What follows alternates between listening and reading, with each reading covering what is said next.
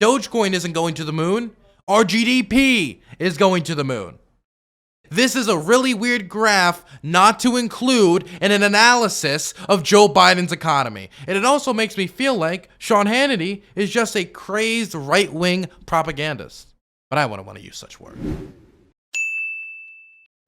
Hannity gives Biden scorching 6-month report card. It is official. Tomorrow marks 6 months to the day that Joe Biden was sworn into office.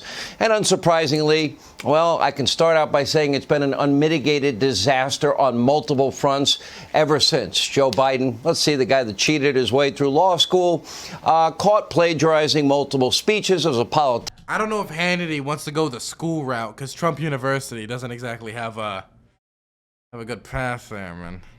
Oof. Of course, he coasted on Obama's coattails as vice president. He got popular while being vice president. That is true of like half of U.S. presidents. We've had a lot of vice presidents become president. We saw Al Gore try to do it. We saw Dukakis try to do it. And Biden did it. I mean, it happens all the time. Mike Pence is attempting to do it right now. But you can't fake your way through being the president of the United States, except the media mob covers for you, and you're in the media mob protection program. But now... Oh, yeah, Nixon did it. John Adams, yep. LBJ, Lyndon B. Johnson. Hell yeah, he did it. Sadly, we are all suffering the consequences. So tonight, the 6-month anniversary of Joe, let's break down issue by issue and let us grade Biden's performance, shall we? First up, let's look at the hostile actor Vladimir Putin from the hostile regime, the country known as Russia, on the campaign. Hostile. They're the enemy. Okay, we get it. Trail, Joe Biden falsely accused President Trump of being too soft on Russia, even referring to Donald Trump as Putin's puppet. And Biden's tough talk was apparently reserved just for Donald Trump. Well, his first 6 months in office, it was Joe Biden that bent over backwards to please Vladimir. It's Biden who is really Putin's puppet, likely compromised due to the $3.5 million that his son Zero Experience Hunter got for his company. Okay, I get the whole accusations. Hunter Biden is the real puppet master, but how did he bend over? What did he do that made him bend over? The Russian. And it's crazy how now Sean Hannity cares about Russia after 4 years with Trump in office. That's crazy, man. Oligarch, former first lady of Moscow. Imagine if that was a Trump kid. We now know that some of that money... We can talk about Jared Kushner's ties to different Middle Eastern powers and how he's benefited from Qatari officials. Or we can talk about that if you want to, actually. Went to Joe himself, and get this, after Russian hackers... Okay, so far he's not talking... What? Disrupted America's most important oil and gas pipeline and other hacks that took place. Biden rewards Russia by lifting all U.S. sanctions, granting a waiver on the Nord Stream 2 pipeline project from Russia into Germany, our Western European allies, all while firing high-paying career jobs for those American workers on the Keystone XL pipeline right here in the U.S. Next, after another... Okay, so number one, we didn't cancel the Keystone XL pipeline to undermine like American energy independence. It had to do with its impact on native communities. And personally, I would like to move more towards a green renewable future. And I think better if we actually were the leaders going forward on green renewable technology. Then we can completely outdo Russia. I think I understand that the Russian economy is largely based in natural gas. So we cannot just literally just pull the rug out from under ourselves. But I don't think investing in a green technology future and canceling the XL Keystone pipeline definitely would have had problems when it came to the rights of Native Americans is the same thing. That's the first thing. Second thing, the timeline he's talking about is completely messed up. It's not like we removed sanctions on Nord Stream as a reward for some hack. That's not what's talking about. The Biden administration has kept many sanctions still on the Russian government, whether they be Magnitsky sanctions or otherwise. So we did not remove all sanctions. What he's talking about is specifically sanctions that have to do with Nord Stream. I think he painted it in a kind of disingenuous picture there. And I also want to bring up the fact that I don't know if he's going to bring it up, but what about the fact that right in the beginning of Biden's presidency, Vladimir Putin amassed soldiers on the Ukrainian border. Biden didn't back down. We deployed warships, and then the Russians sent their troops home. Not all of them, but sent them home, and that the troop amassment on the border sunk away. Again, like, it feels like a very kind of one-sided depiction of events here. Not saying there isn't some criticism you could lay on Nordstrom, but I have a weird feeling Sean Hannity isn't going to give a complete picture here. Russia hack targeted our food supply and our meat supply. Biden again rewarded Putin with a one-on-one summit in Europe. What do you mean he rewarded Putin with a one-on-one summit with?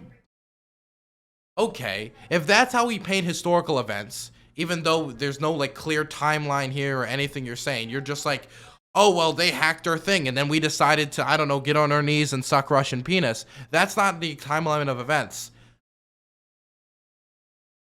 He didn't have a date with Vladimir Putin.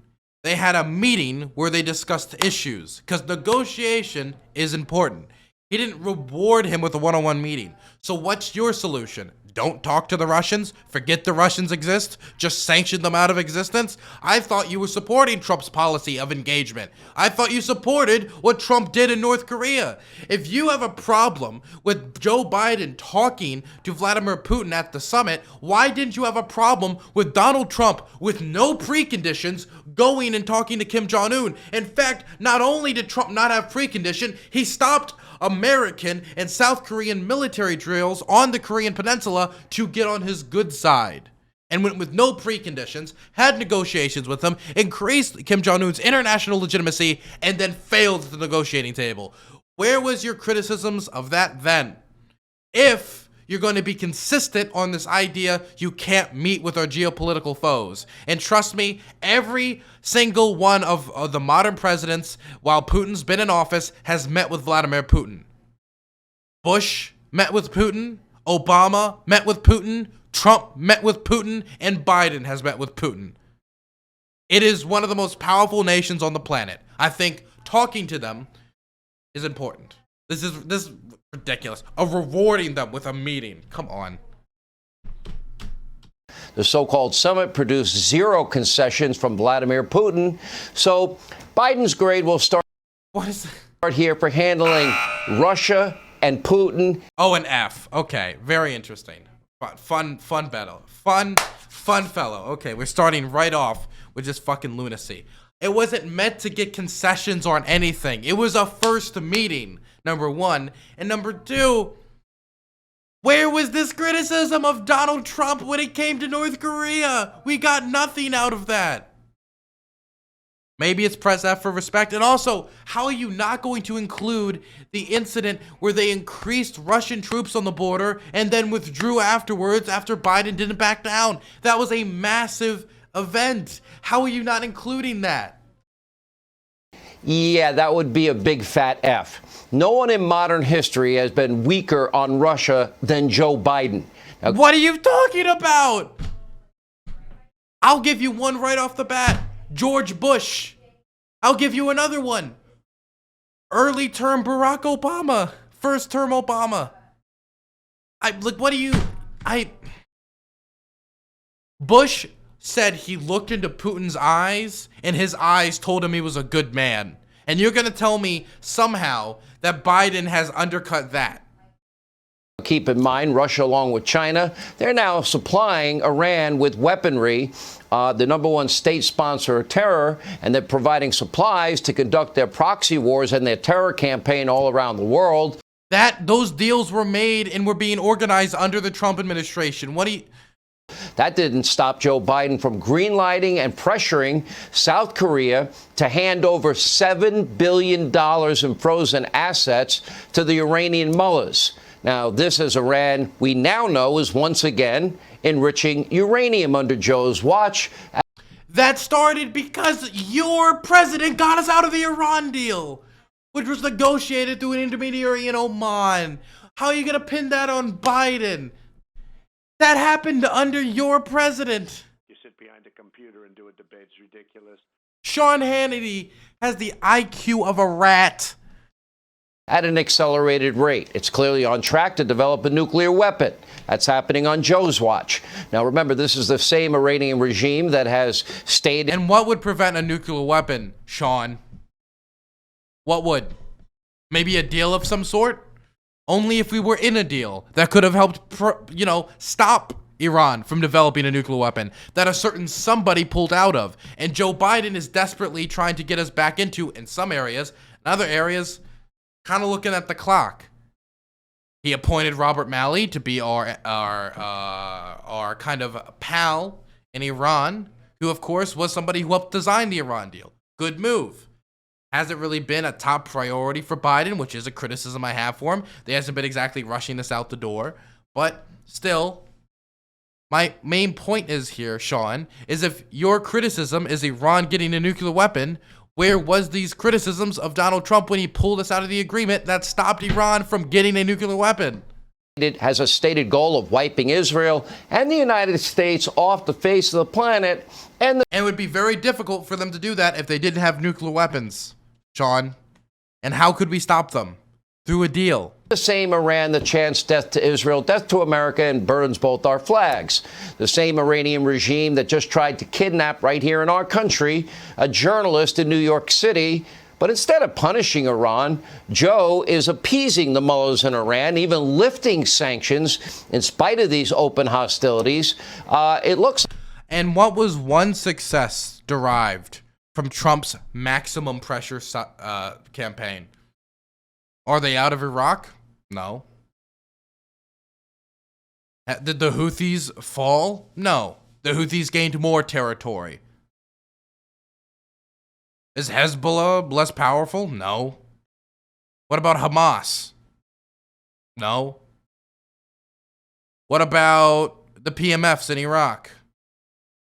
Maybe, to a short extent, but I think that has to do with internal Iraqi politics more than anything.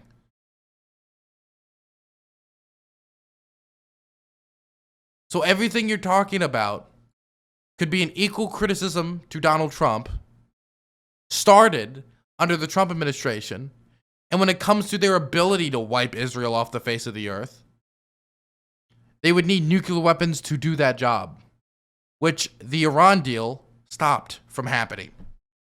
Looks like the Iranian mullahs own Joe Biden. So Joe gets another F, as Iran is they're now more emboldened than ever before. And sadly, Biden's performance surrounding China, well, that might be even worse. Biden is refusing to hold China accountable in any way for the death, destruction, and damage of COVID-19. He remains. What? Okay, when I hear this, it's a right-wing talking point, and I had this debate with Rob Noor. Well, Joe Biden hasn't held China accountable. Well, number one, Donald Trump was originally the person who was thanking China. And if you doubt me, but there are quotes from Donald Trump thanking China for how well they were handling COVID-19. But what exactly would you have Joe Biden do? Well, I want them to do an investigation. Well, that's not punishing them. What exactly would you want Joe Biden to do when it comes to China? What exactly would you want them to do? 100% legitimate question. If you want him to punish China, whatever that means, or like push back because of COVID, I'd want to know what you would want Joe Biden to do to hold China accountable. What does that mean? Pretty much silent as China is threatening our ally, Taiwan, and saying, oh, yeah, there's going to be reunification. In other words, we're taking over. They have been saying this since the end of the Chinese Civil War. This is not a change in policy. You cannot blame Joe Biden for this. Number one. Number two, Donald Trump, during his administration, repeatedly blew off Taiwan and screwed them. He was punishing officials for going to Taiwan. Higher-ranking officials going to Taiwan angered Trump because he would get calls from Xi complaining about it. And at one point in his office, he yelled at the top of his lungs, "Stop telling me about Hong Kong, Xinjiang, and Taiwan." He had to 180 on his call with Tsai Ing-wen after Chinese diplomats came in and got angry at him at the advice of Jared Kushner, who should have never been in a position to advise anyone on foreign policy in the first place. So, great idea here. Fun little fantasy. But let's just be clear. Donald Trump actually screwed Taiwan again and again. And his original move that made it look like he was an ally of Taiwan, he 180'd on that. He would not send high-ranking officials to Taiwan to respect Taiwan. He specifically told his staffers to stop bringing up Taiwan. And anytime Xi Jinping would call him to complain about Taiwan, he would take those calls. He repeatedly screwed Taiwan over. Now you move on to Biden, and Taiwan is one of his strongest arenas. He is the first president in history to have a Taiwanese diplomat, was essentially a Taiwanese diplomat at his inauguration. He has repeatedly, as China has violated Taiwan's international airspace, he has rejected it, saying, "You will not do that. We will stand with Taiwan." The Obama administration, which Biden is continuing this legacy of, started freedom of navigation operations, which has our ships literally sailing through the sea to in part protect Taiwan and international travel through international waters, those waters in the South China Sea, which China illegally claims, which is completely ridiculous. It's gone to international court before, and China lost. They just rejected results of that court, even though they agreed to follow those laws. So Biden is not weak on Taiwan. This is an area where classifying him as weak on Taiwan is nothing more than partisan politics. Definitely, if you're somebody who thinks Trump is strong on Taiwan. He was very, very, very weak on Taiwan. I remember for a period of time, I thought he was strong on Taiwan due to a few weapons deals, but then more stuff came out post-presidency, and my God, he was not.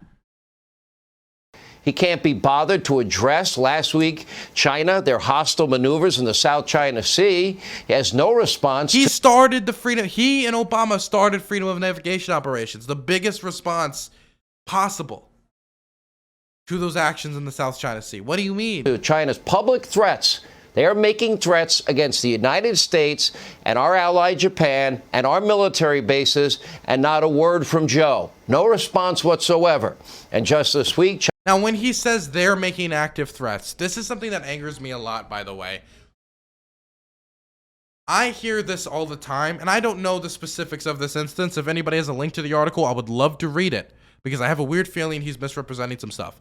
But when he says they're making active threats, a lot of times what he means is there was an article in the Global Times. There was an article in this Chinese Communist Party affiliated paper by this author.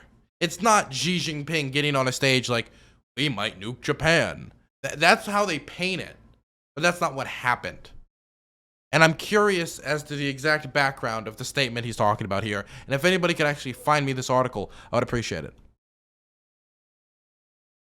It was a CCP propaganda video about nuking Japan.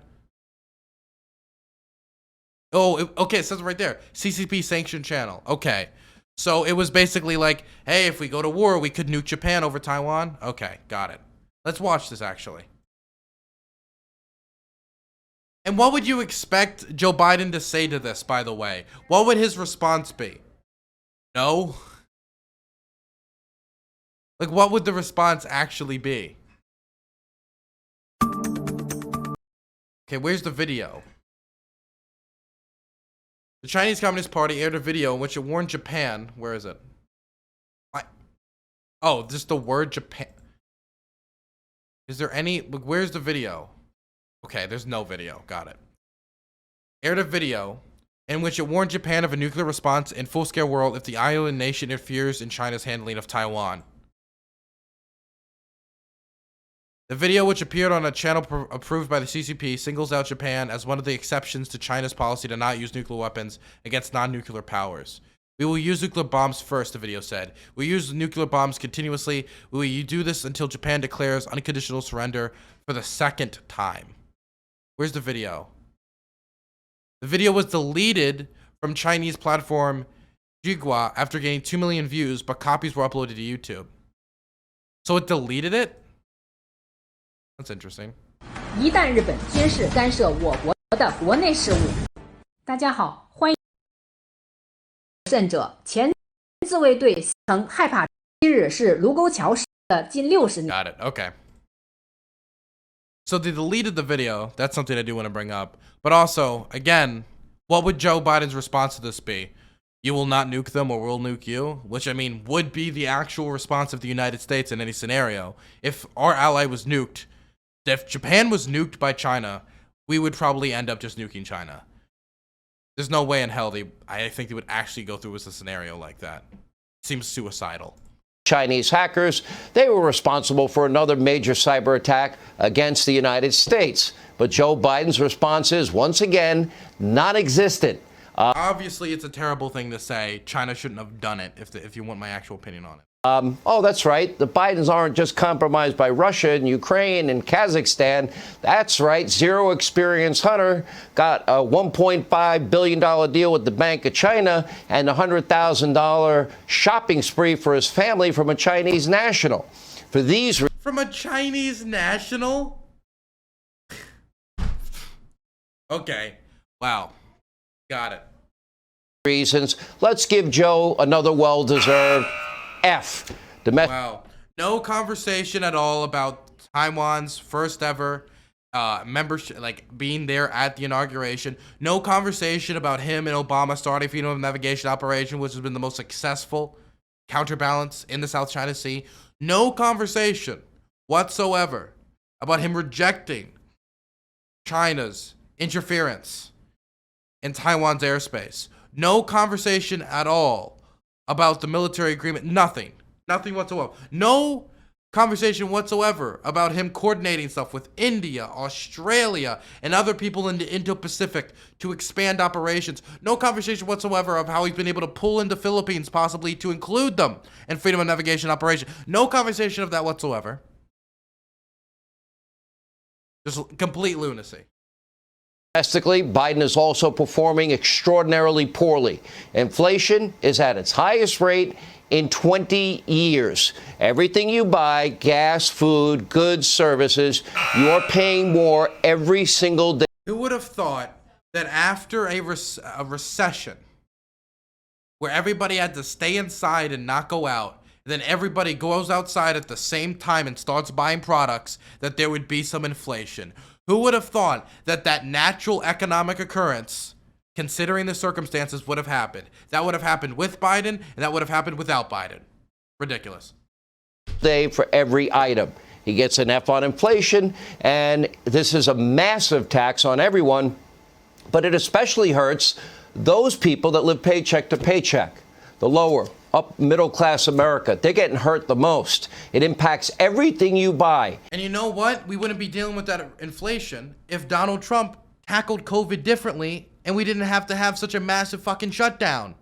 If we had the PPE in stock, if we had, oh my God, if we had a consistent messaging strategy. It impacts heating and cooling your homes. How would I grade Biden with each subject? Well, the issue of inflation, like I don't even. Okay, so if you wanted me to him in Russia, I don't know, a C. There hasn't been enough to happen for me to really grade him properly in Russia. What was the second one? Second one was Iran. I'd give him like a C. He picked Robert Malley, but I would say a C minus because I want him to I want to see more movement there. I haven't seen enough movement there. But he did pick Robert Malley. But then again, there's been a lot of roadblocks to actually getting us back into the Iran deal. Then you move over to the issue of China, and I'd give Joe Biden a B plus probably, or a B minus on the issue of China. I think that his strategy generally so far is something I align with broadly, with the Freedom of Navigation operations, coordinating with India, Australia, the Philippines to include them more. This is stuff that Trump was not able to do or accomplish because he is not somebody who can negotiate well with these other international leaders, and he is very he's not really an internationalist or a liberal internationalist. He's very America might makes right, wants to do it America's way only, which we're not going to be able to tackle the South China Sea issue in that manner. Including Taiwan in the inauguration was an actual symbolic step that Biden did not want 80 on, like Trump did when it came to the Cyan-Wen phone call. Then it was the rejection of them violating their international airspace. And he is not completely like going into this kind of decoupling strategy that a lot of people are pushing for, which would be economically disastrous and only push us closer to a new Cold War. So generally, I'd give him a B-. What else could he do on China to improve his grade?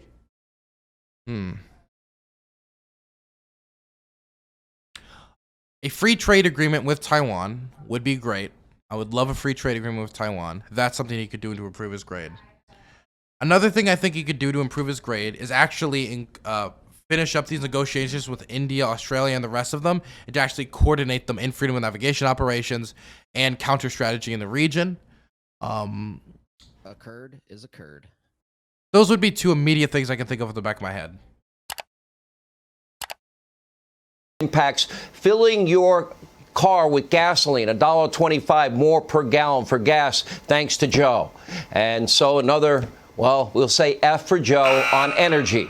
And once again, we're energy independent, and Trump made us energy independent for the first time in 75 years. We all benefited. Trump didn't make us energy independent. That's ridiculous. The trend was coming off of an Obama presidency again, like most of the economic accomplishments of the Trump administration. Financially and for national security reasons. And by the way, Joe Biden's attempt to ram through the Green New Deal under the guise of create a stronger CETO. Exactly, yes. Of human infrastructure. I thought infrastructure was roads and bridges and tunnels. No, human infrastructure is the new Green Deal, except with a fancier name, while also raising corporate taxes. That's right. He just said Green Deal. Like, oh God, this idea of human infrastructure. Then he said it's just basically a Green New Deal, and that's all he had to say to dismiss it. He didn't need to go into the little cross the T's or dot the I's of his infrastructure plan. He didn't need to compare it with the Republican proposal. I remember it was like, we want $174 million for new charging stations for electric vehicles because we're, in a modern country. And by the way, the amount of charging stations we would be building is still not even close to like what Germany has. And Germany's what, a population of 80 million? Not even close to our 360 million? The Republican counterproposal to like 174 million was $2 million. It was, $2 billion instead of 174 billion. It was like a joke counterproposal. But he'll just say it's a new Green New Deal, cows farting, and that's all he needs to say in reference to Joe's infrastructure plan, to just completely dismiss the massive investment it would be. As he raises and proposes his corporate tax increase, that means costs will continue to go even further, beyond inflation, beyond the higher cost of energy being used to get products to shelves in the stores, because, yeah, those trucks that bring them there, they're all paying a fortune more. Corporations, I've said many times, they don't pay taxes. They either cut salaries, cut jobs, and then they pass the rest on to we, the people. Corporations do pay taxes. I mean, you can play word games, but yes, they do pay taxes. Yes, they do. Consumers, so he gets a big fat F on the economy as well. And meanwhile, at our southern border, a major crisis is now ongoing. By the way, he's saying that Biden has an F on the economy. He did not include any analysis of the millions of new jobs that Joe Biden produced, much more than Trump did when he got into office in his first 6 months. He's not talking about how we were able to completely reverse our downturn when it came to our GDP. Our GDP was collapsing before Joe Biden introduced the American Rescue Plan and turned it around. He's not talking about the child tax credits, which are a lifeline for working families, and we can see working people right now benefiting from it. He didn't talk about the increase to the checks that Americans were getting, where Trump only wanted to give Americans $600. Biden, even though it wasn't to $2,000, got us $1,400, which gives more Americans money to spend, which can help rejuvenate a reopening economy. Not going to talk about the PPE loans. Not going to talk about all of this information because it's inconvenient facts. He's not going to talk about the state government funding, which is going to be massively helpful. I believe I read, it was in Foreign Affairs, an article by a Harvard economist talking about the fact that when you invest on the local level, that's one of the best ways to rejuvenate your economy. Just giving money directly to state governments, because state governments can be more precise with where that money goes and can help make up for shortfalls and expand their direct support for the communities. And $1 invested at the state and local level is about $1.50 in economic growth, which helps that money cycle through the economy and kickstarts the economy. And we saw it. We've seen the economy start to recover. We've seen us go beyond many of the problems that we were seeing even before the COVID crisis. So this is a incomplete analysis. I mean, this is completely a one-sided view of Biden's economy. This is really just silly. Let's see if I can actually find that. I believe a while ago I had like a graph that I shared on Twitter of like the economic recovery that we've seen during the Biden administration and how massive it actually is. Let's see if I can find it quick, because it really is actually like boggling. Here it is. Here's a little fun graph I found. It's top 10 greatest anime comebacks. And our gross domestic product is that. That is the impact of the American Rescue Plan. 100%. You see that at the end right there? Right there? That's 2020 and 2021. That is the impact of the American Rescue Plan, dragging us out of the recession and kickstarting our economy better than what we were seeing in some parts in 2019 before COVID. Dogecoin isn't going to the moon. Our GDP is going to the moon. This is a really weird graph not to include in an analysis of Joe Biden's economy. And it also makes me feel like Sean Hannity is just a crazed right-wing propagandist. But I wouldn't want to use such words. We have open borders. We got kids in the middle of a pandemic in overcrowded cages. Laws are not enforced. They are facilitating law. He's just shooting stuff out just so fast that his viewers can't even think about what he's saying. Breaking, and they're aiding and abetting in the process. And Joe lifted all of President Trump's successful border protections. He ended all of Trump's policies, and those policies were working. And then he tasked, well, one of Washington's most... I love how he says they're working and then didn't like provide any sources or data, anything. Just said they're working. Now, no data needed, no sources needed, no university site, nothing. Just they're working. Congratulations. Thank you very much. Competent politicians with solving the crisis. That would be his vice president, Kamala Harris. It's so bad, we're going to give Joe Biden 3 Fs for his handling. Wow. It's like, sir, we need to really emphasize how bad the immigration is. Just give him 3 Fs. Just break the grading system for comedic effect. Genius. On the border, which brings us to an important question. Why did Joe Biden put Kamala Harris in charge of the southern border? Why is Kamala Harris holding regular meetings with the Secretary of State? Why is she routinely the one making and taking one-on-one calls with world leaders and hosting them in Washington, D.C.? Because the Biden administration is very busy trying to deal with a lot of international issues, dealing with a recession we're trying to dig ourselves out of, dealing with a global pandemic, economic crisis, trade deals, foreign policy crises, a health crises, an issue with addiction, with drugs, a spike in crime, like immigration issue, because we're dealing with a lot of issues, and it's good to utilize your vice president to the greatest effect to try to get more done as they are part of the executive branch. What's the accusation going to be? Let me guess. It's because she's the real one pulling the strings and Joe Biden's Sleepy Joe. It's going to be something along those lines. Is there something wrong with Joe Biden? Okay. That wasn't hard to guess, was it? Keep in mind, President Trump conducted interviews, held impromptu press conferences. By the way, Mike Pence did very, very, very, very similar things to what Harris is doing. Maybe not to the same extent, but he did. And maybe that's because Joe Biden's early presidency has been actually a lot more active than Donald Trump's early presidencies. You just need to look at a graph of the amount of executive orders Joe Biden has actually passed in comparison to Donald Trump. It's like widely incomparable. Joe Biden's early presidency has been much more active than Trump's. Almost every day. And if you're going to be that active, you're going to need to utilize your vice president like quite effectively. At times, with very few exceptions, Joe Biden hasn't done an interview with the American press in 68 days. That's on top of the only one that he gave previously. He averages less than one public event every workday. He goes into hiding on every weekend. I'm sorry that he's not as much of an attention whore as Donald Trump, and he's too busy working to really answer your dumbass questions about his son and his son's like like past sins, right? But yeah, it is a jolt for most Americans to go from a president who couldn't not stay out of the limelight and go from scandal to a president who doesn't really need the cameras to get the work done. And the thing is, whether you like it or not, Hannity, he's doing a lot more than Trump did in his early presidency. And he's been a lot more active in his early presidency. So you can pretend he's like doing nothing, but that's just not true. Look, let's just like compared executive. Can somebody in chat, I don't know how to Google it exactly, what to write down for like to Google it, but can somebody find me a graph of like comparing Joe Biden and Donald Trump's the amount of executive orders they did? Because Biden has done a lot more. His public facing time amounts to around maybe 3 hours a week. That's it. And during his short scripted events, he's usually reading from a teleprompter quite poorly or from a note card and still getting confused. He almost What is it?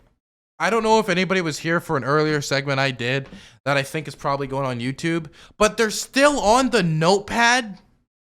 They're still on the notepad. They're still talking about that goddamn notepad.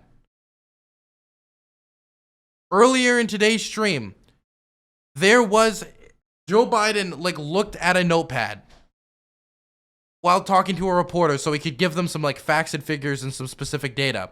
And people freaked out and called it a national security issue. It was completely bizarre.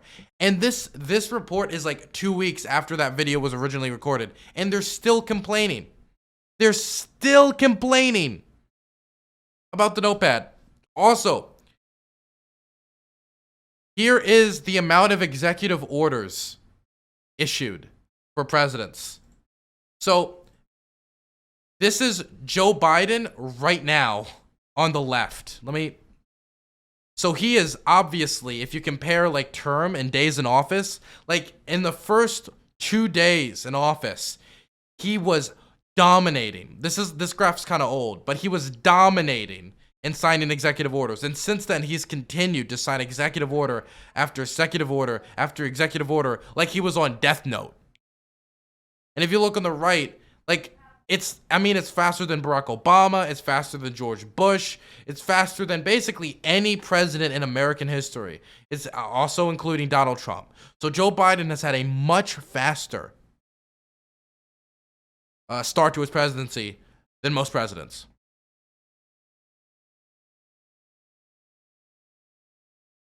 Also, as somebody brought up in chat, it's really weird to be complaining about Joe Biden's lack of media appearances when instead of going to media appearances on many occasions, Donald Trump instead chose to, play golf. never takes questions because he claims he's going to get in trouble. They'll yell at him. His staff will be mad. And still, during the rare public appearances, Joe Biden struggles mightily, and he appears to be very blunt. This is objective. He appears to be getting worse almost by the day. Take a look, you decide. Here it is, just them complaining about his mental health again, like with no evidence, just complete speculation, none of them being medical experts. Love it. Not that any of them care at all about medical health. I mean, they're not exactly great on COVID vax, are they? This is enough vaccine to fully vaccinate 300 Americans by end of the summer, the beginning of the fall. But we want to make, look, I want to repeat, it'll be enough to fully vaccinate 300 Americans to beat this pandemic, 300 million Americans. I have a card. I carry a card with me every day. Are they really going to make the accusation that in January to February, to the month after, in a 3-month period, he deteriorated that fast? There's no evidence. This is just complete speculation. Number of folks who have been affected by. By the way, you could do this with literally any human being on the planet. You could take every single Fox News host, take every instance of them fumbling with words, mumbling, or mispronouncing stuff, and make them look like the most incompetent people on the planet. You could do it with me, most certainly, with how many clips out there that exist of me. So I don't really take this chimpy nonsense very seriously. And it's so wild for his brain to be in such deep deterioration while he's signing all these executive orders, just at a record pace. As of yesterday. Oh yeah, and he also has a medical history with a stutter, as somebody else in chat pointed out. I want to thank the former general. I keep calling him general, but the guy who runs that outfit over there. I'm proud to nominate David Chipman to serve as a director of the AFT. Okay, buddy, we get it. You think you have no medical knowledge and you don't like Biden and you climp chimp, okay? Let's keep going. David knows the AFT well. Visit vaccines.gov, vaccines.gov, or text your Guys, an old man mispronounced the word. Breaking news. zip code to. Donald Trump said that the president of northeastern Kurdistan name was Mr. Kurd. He got the Yugoslav region mixed up with the Baltics, and then was talking to people from Estonia and Lithuania about their civil war, confusing it with the Yugoslav civil war. He said that when summer comes, COVID, it might like burn the COVID away. That's a lot worse than mumbling and fumbling a few words. 438829. But there's, there to be, beginning this effort for 2021 is, I think we've learned a few lessons. We hold these truths self-evident that all men and women, we haven't lived up to it completely, but we've always widened the arc of commitment. This job. That one wasn't even that particularly bad. What is all these? He's not building a case for anything here. This is just conspiracy theory peddling. Jobs, the jobs that are going to be created here. I'll be in better shape to talk to you about it.